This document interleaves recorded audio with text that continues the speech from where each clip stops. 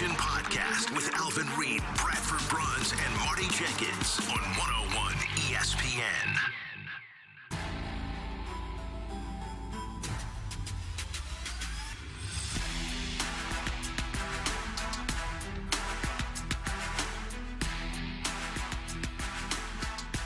One major position group down, but presumably we are saving the heaviest of hitters, yes, the best, for last. Greetings, everybody, and welcome back in. I am Bradford Bruns, rolling with you once more, only on 101 ESPN, the YouTube channel, plus 101ESPN.com, College Football Connection, and we are so very pleased that you have joined us for round number 2 of our NFL Scouting Combine preview here on the College Football Connection. A couple of days ago, in case you missed it, we took a deep dive into a couple of different marquee position groups, specifically defensive backs, and hey, Travis Hunter, the reigning Heisman Trophy winner, cornerback, wide receiver, however you want to categorize him or classify him as he migrates on to the next level. And then how about those edge rushers? Namely, the linebacker turned to defensive end extraordinaire for Penn State a season ago, Abdul Carter, somebody who could,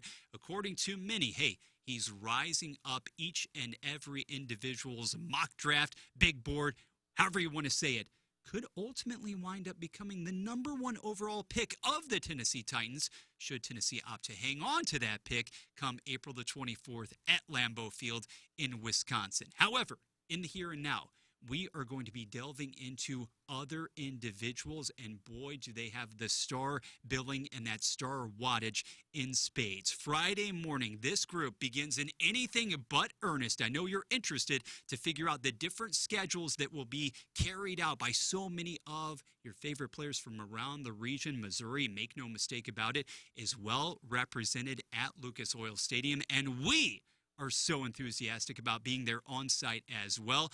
But let's not bury the lead, okay? Because Luther Burden III, the former Missouri standout, an individual who definitely will be among the very first individuals, playmaker-wise, to be selected there in April at the NFL Draft. He is among those headlining the first group of individuals to speak. 8 o'clock, as early as it gets, local time in Indianapolis. Jackson Dart, the Ole Miss quarterback, plus Quinn Ewers of the Texas Longhorns will be joining LB3. And then, with all due respect, it only ratchets up from there. In the 9 o'clock hour, I have a tough decision to make, an excruciating one at that, because Cam Ward, Shedeur Sanders, Jalen Milroe, they are all speaking at once, taking their respective turns behind the podium, speaking to the masses. That's when the media availability happens. And then later in the day, NFL organizations, teams, GMs, all of those personnel types, they will conduct their own individual interviews, and workouts happen the following day. But let's go back to that quarterback carousel of sorts right here, right now. Because a year ago, if we had sat down here in the studio, frankly, live in Creve Coeur, and we had contemplated whether a Cam, if you don't draft me, you're going to live to regret it, Ward, or a Jalen Milroe would ultimately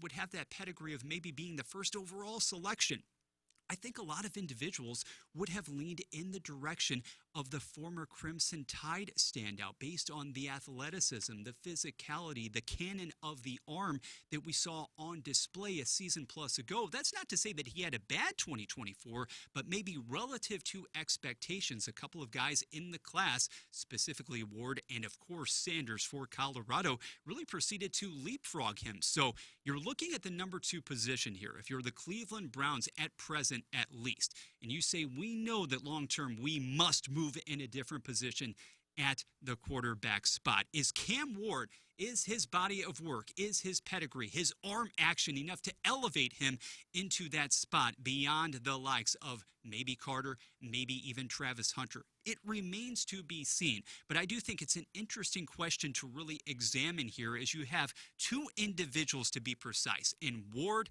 and Sanders.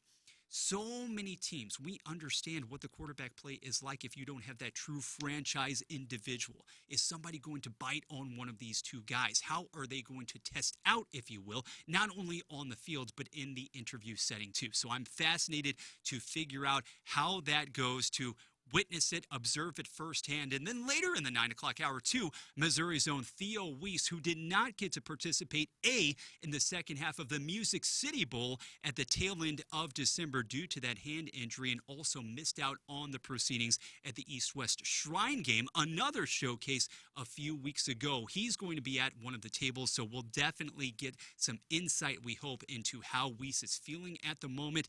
And I just have a sneaking suspicion, based on the measurables and the sheer ability that Weiss demonstrated in 2024, he made so many strides from a season prior as far as being able to go up, not only high point the football, but polish the route running as well. I think he's going to test out extremely well. I'm not saying an LB3-esque performance, because when you're evaluating short area quickness and space, Burden could definitely improve his stock tremendously as well and sneak up into maybe the first 10 or so picks. Yes, I will be so bold as to suggest that.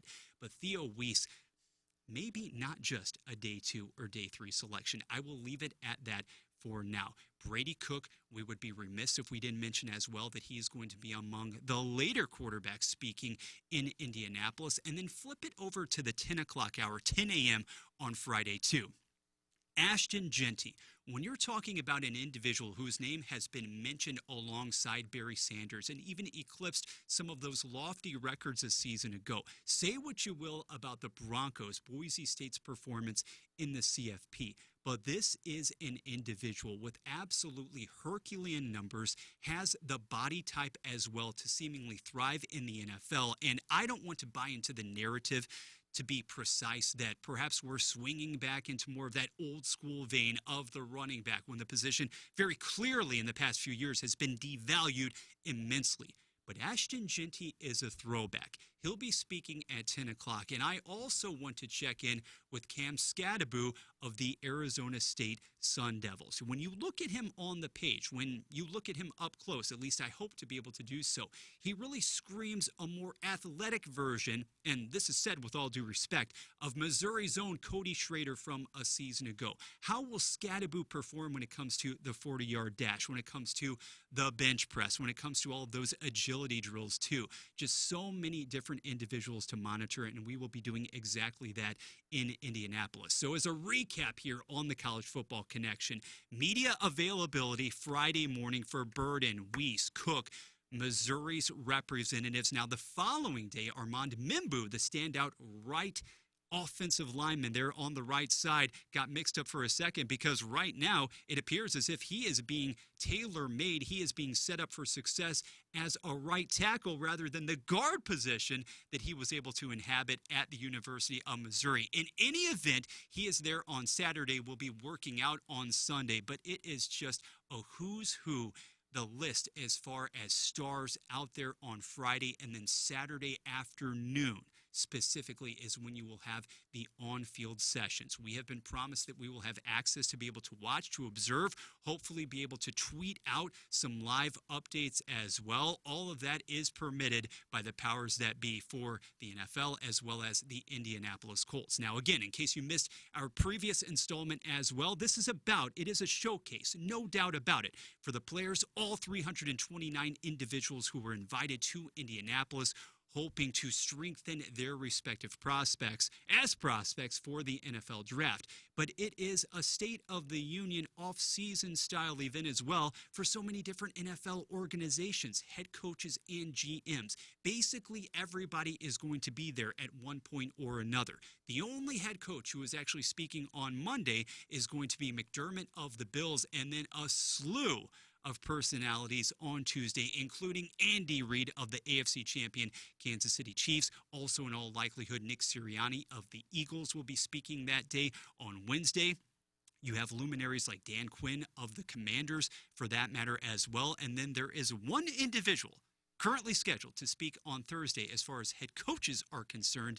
The Dallas Cowboys have to do it their own unique way, as Brian Schottenheimer will be available. We are so excited to be bringing to you an influx of content to come in the days ahead. This has been Bradford Bruns for the College Football Connection. Please join us from Indianapolis. We expect to arrive on the scene Wednesday. Updates throughout the week, so stay tuned as always to 101 ESPN, the YouTube channel, plus 101ESPN.com. Have a great rest of the week, everyone.